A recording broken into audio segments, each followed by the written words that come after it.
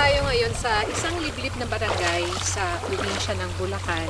Pupuntahan natin yung isang pamilya na para madagdagan yung kanilang kita ngayong tag-init, kumukuha ng ginto sa ilog.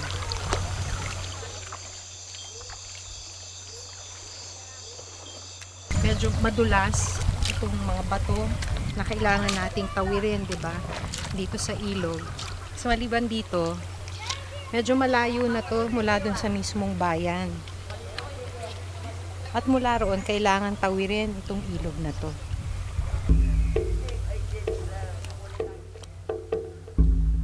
Nang makatawid sa ilog, nakilala ko ang residenteng si Lola Ligaya Torres, 66 na taong gulang. Gandang hapon po, Lola. Malayo rin po pala to, ano? 3 dekada na raw ang nakararaan ng matuklasan nila ang nakatagong yaman sa ilog. Ang kinukuha nila rito, mga latak ng ginto na naiwan ng mga dating minero.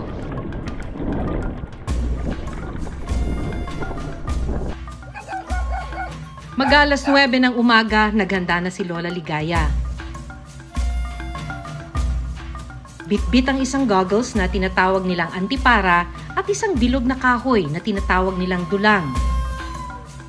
Naglakad na siya kasama ang 2 taong gulang na apo na umaasa rin sa kanya papunta sa ilog para simulan ang paghahanap sa mailap na ginto.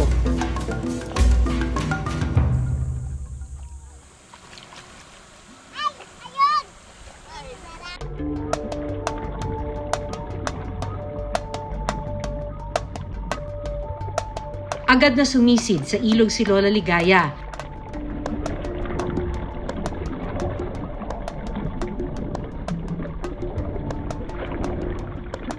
Sinimulan ang pagdudulang o pagmimina ng ginto. Swertihin kaya sila ngayon?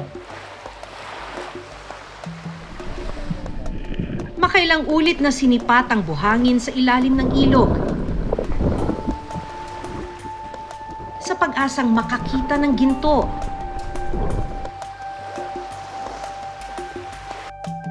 Habang naglalaro si Nene, tumulong na rin siya kay Lola Ligaya.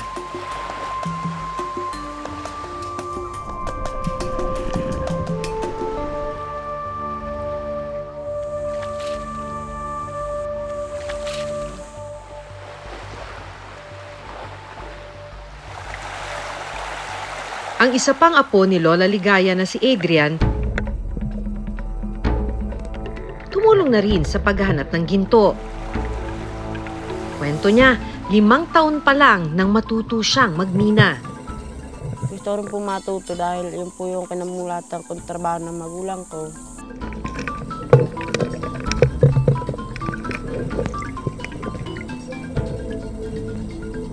Grade 4 na sana ngayon si Adrian pero kinailangan niyang huminto sa pag-aaral.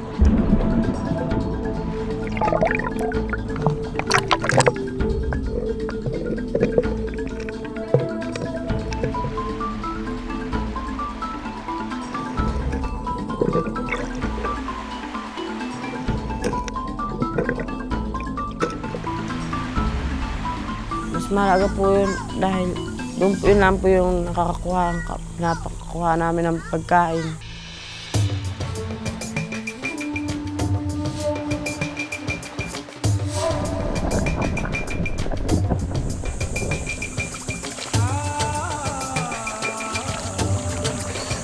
At nang hindi makitang hinahanap,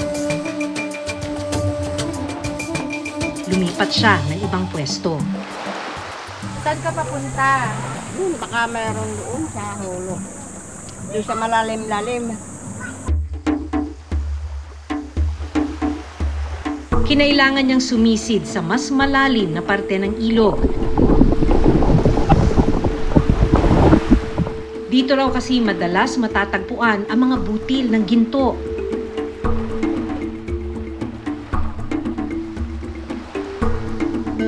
Pero dahil na rin sa kanyang edad, hirap na si Lola Ligaya na makatagal sa ilalim ng tubig.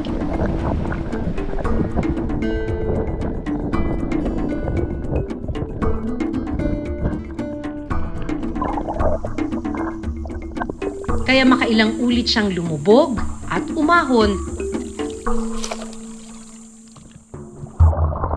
saka maingat na hinahawi ang sinalok na buhangin.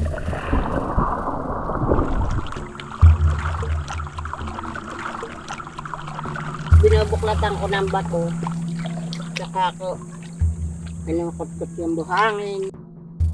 Iniipon ko tapos ay dinadakot ko ng baong ng niyog. Ako inalagay sa dulang.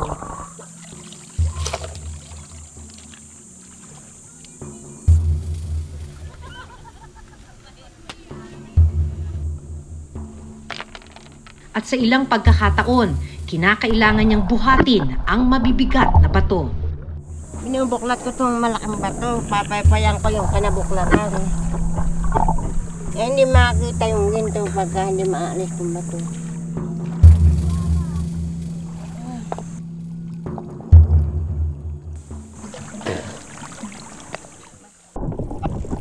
Muli niyang binulabog ang mga buhangin.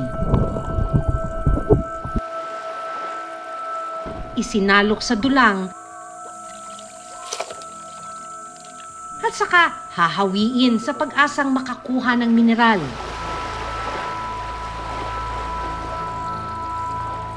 So, ilang oras ninyo ginagawa to sa isang araw? Papasok kami dito ng mag-alas 9. Tapos lalabas kami ay alas 4.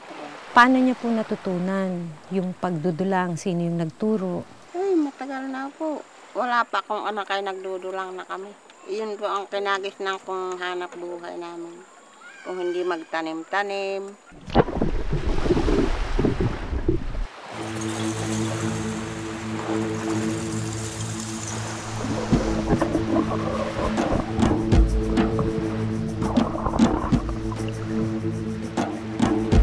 Matapos ang mahigit 2 oras na pagsisid,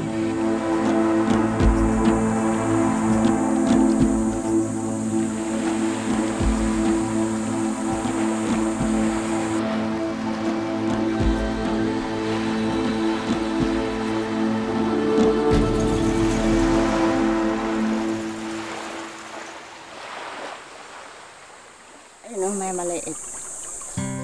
isang gatuldok na kumikinang ang nakita ni Lola Ligaya.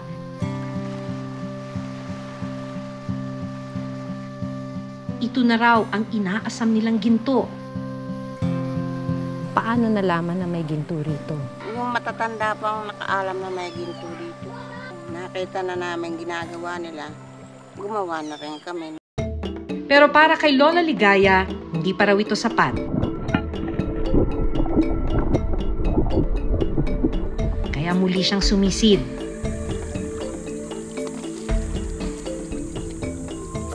Maya-maya pa, Ay, nakakita rin ako sa wakas. Katingin. Oh, maliit pa ito. Pangkaraniwan lang na nakukuha rito. Ganyan kalalaki. ang nahanap na butil ng ginto, maingat na iniipon ni Lola Ligaya sa isang maliit na boteng nakakwintas sa kanyang leeg.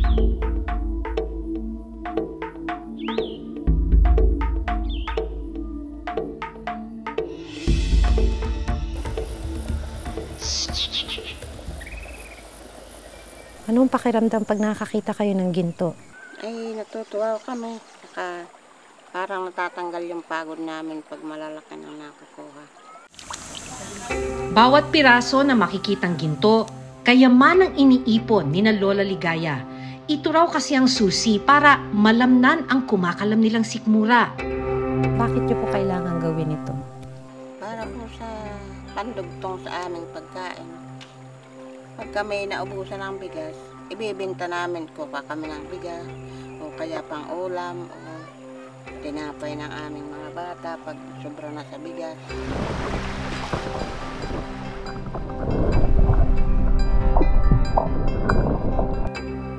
Matapos ang 2 oras na sisid, 2 maliit na piraso ng ginto ang nahanap nila.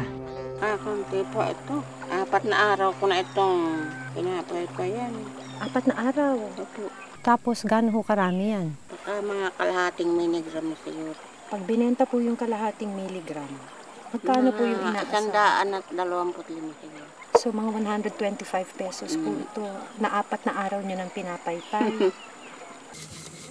Ilang minuto bago mag alas 12, naghanda na sina Lola Ligaya ng kanilang pananghalian.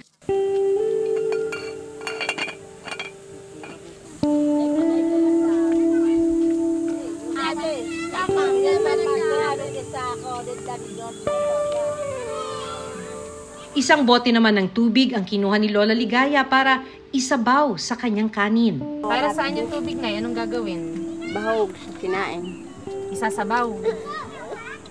Yan na yung pinakaulam. Asin. Ano?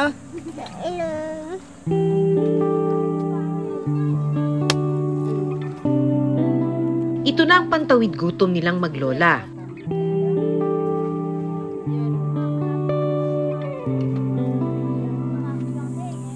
Bakit walang ulam? Walang nakakuha ng ulam. Hindi naman obrang manisi at walang isda na dito sa ilog. Habang wala pang kita, tiis muna sa kanin, tubig at asin sina Lola Ligaya.